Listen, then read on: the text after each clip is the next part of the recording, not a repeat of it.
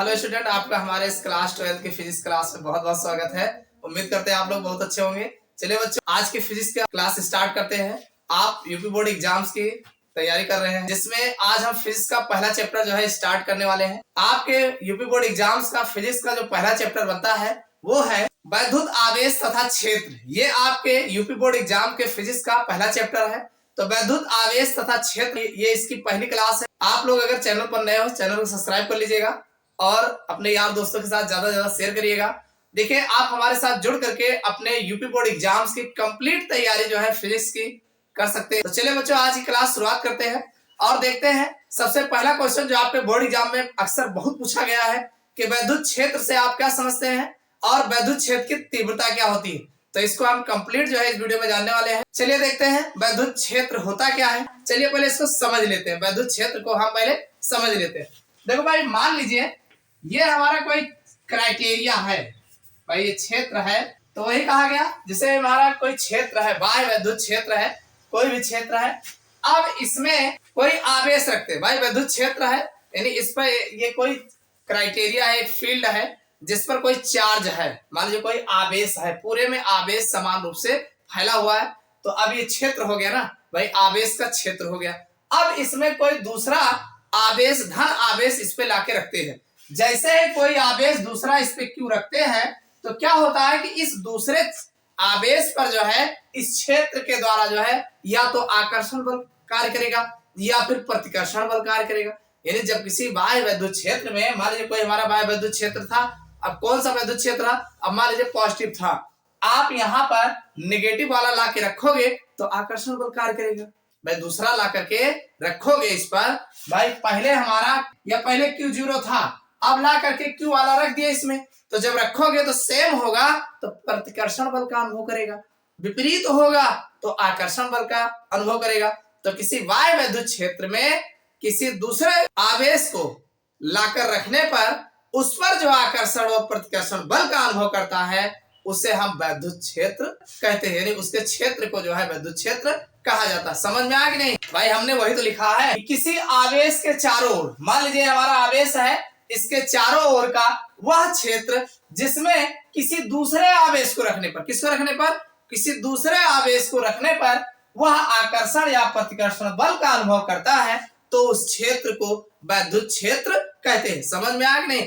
किसी आवेश के चारों ओर का वह क्षेत्र जिसमें कोई दूसरा आवेश रखने पर उस पर आकर्षण या प्रतिकर्षण बल का अनुभव करता है, तो उसे हम वैद्युत क्षेत्र कहते हैं। समझ में आ गया ना वैद्युत क्षेत्र क्या है?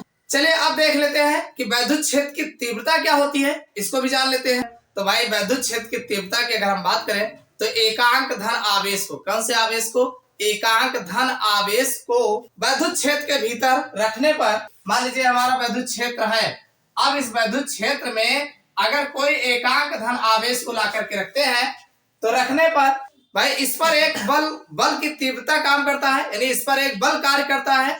तो इसी बल की तीव्रता को ही जो है वैद्युत क्षेत्र की तीव्रता कहा जाता है। समझ में आ गया नहीं भाई? एकांक धन आवेश को किसी बाह्य वैद्युत क्षेत्र में रखते हैं तो इस पर एक बल कार्य करता है, इसी बल की जो तीव्रता होती है इसे हम वैद्युत क्षेत्र की तीव्रता कहते हैं। आप इसको लिख सकते हैं कि वैद्युत क्षेत्र की तीव्रता बराबर, देखो वैद्युत क्षेत्र की तीव्रता जो होती है इसे कैपिटल ई से लिखा जाता है, तो ई बराबर एफ अपान ये Q0 होगा। मान लीजिए भाई Q आवेश है, इसको वैद्युत क्षेत्र में रख रहे हो, तो इस पर क्या कर रहा है, एक बल कार्य करता है, तो इस पर जो लगने वाला बल होता है वो वैद्युत क्षेत्र की तीव्रता ही कहलाती है। समझ में आ गया? यानी एकांक धन आवेश को किसी वैद्युत क्षेत्र के में रखने पर, भाई वैद्युत क्षेत्र में रखने पर लगने वाले बल की तीव्रता, कितना बल उस पर काम कर रहा है, तो उसकी तीव्रता को ही वैद्युत क्षेत्र की तीव्रता कहा जाता है। भाई किसी के दायरे में जब कोई दूसरा आवेश आता है तो उस पर कोई ना कोई बल तो लगेगा,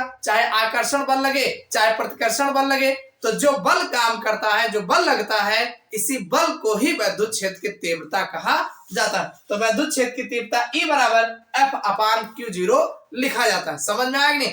अब बात यह आती है कि वैद्युत क्षेत्र की तीव्रता का मात्रक क्या होता है। तो अगर इसके मात्रक की बात करें तो इसका मात्रक जो होता है न्यूटन बटा कूलाम होता है। क्या होता है?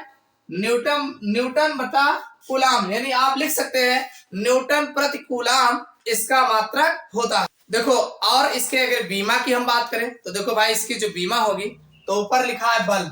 अगर हम बात बीमा की करें तो ऊपर लिखा है बल। बल की जो बीमा होती है आप याद किए होंगे, ml/t-2। भाई बल की बीमा ml/t-2 होता है। और नीचे आवेश दिया है, तो अगर हम आवेश यानी Q की बीमा अगर देखें भाई, Q बराबर क्या होता है, IT होता है। I की बीमा एम्पियर होता है और T की बीमा भाई T टाइमिंग है ना, तो ये T हो जाएगा, AT हो जाएगा। अगर इसको यहाँ पर रखा जाए तो ये आपकी जो इसकी बीमा मिल जाएगी, विद्युत क्षेत्र की तीव्रता की बीमा। भाई इसको अगर यहाँ रखते हैं तो ये T ऊपर जाएगा, -1 होगा तो -3 हो जाएगा, तो ये आपका बन जाए A भी माइनस में होगा, तो ये बन जाएगा mL/T-3 और A-1। ये जो है विद्युत क्षेत्र की तीव्रता की बीमा जो है आपको देखने को मिल जाएगी। समझ में आया कि नहीं? ध्यान रखिएगा, एग्जाम में आपको पूछे जाते हैं कि इसकी इकाई मात्रक क्या होता है, तो न्यूटन प्रति कूलम होता है। और इसकी बीमा जो होगी mL/T-3 1 होता है, इनवर्स होता है। समझ में आया कि नहीं?